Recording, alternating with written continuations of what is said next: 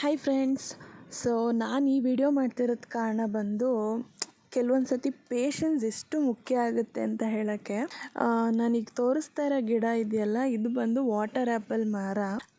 Almost ಒಂದು 5 years ಆಗ್ತಾ ಇದೆ ಅಂತಲೇ ಅನ್ಬೋದು. ಸೊ ನಾನು ನೋಡಿದಾಗಿಂದ 4 ಇಯರ್ಸಿಂದ ನಾವು ಅಂದ್ಕೊತಿದ್ವಿ ಈ ಮರ ಅಯ್ಯೋ ಹಣ್ಣೇ ಬಿಡ್ತಾ ಇಲ್ಲ, ಸುಮ್ಮನೆ ಬರ್ತಿದೆ, ಮತ್ತು ಇದು ಯಾವ ಗಿಡ ಅಂತಲೂ ಗೊತ್ತಿಲ್ಲ ಅಂತ ಕಟ್ ಮಾಡಿಸ್ಬಿಡೋಣ ಅಂತ.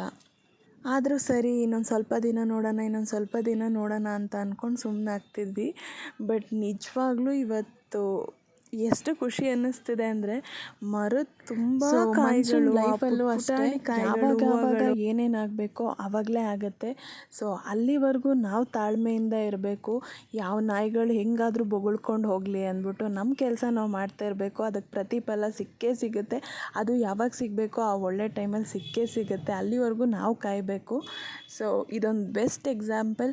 ಸೊ ನಾವೇನಾದರೂ ಈ ಮರ ಹಣ್ಣು ಕೊಡ್ತಿಲ್ಲ, ಇಲ್ಲ ಹಾಕ್ತಿಲ್ಲ, ಏನು ಯೂಸ್ ಇಲ್ಲ ಅಂತ ನಾವೇನಾರು ಅವತ್ತು ಕಟ್ ಮಾಡಿಬಿಟ್ಟಿದ್ದಿದ್ರೆ ನಾವಿವತ್ತು ಇಷ್ಟು ಖುಷಿಯಾಗಿ ಈ ಹಣ್ಣುಗಳನ್ನ ತಿನ್ನಕ್ಕೆ ಆಗ್ತಿರ್ಲಿಲ್ಲ. ನಿಜವಾಗ್ಲೂ ತುಂಬ ಬಂಚಾಗಿ ಹಣ್ಣುಗಳು ಬಿಡ್ತಾ ಇದೆ. ಹಣ್ಣು ಕಿತ್ಕೊಂಡು ತಿಂದ್ವಿ. ಅರ್ಧಂಬರ್ಧ ಹಣ್ಣಾಗಿದೆ, ಬಟ್ ಅದೇ ಎಷ್ಟು ಸ್ವೀಟಾಗಿತ್ತು ಅಂದರೆ ನಿಜ.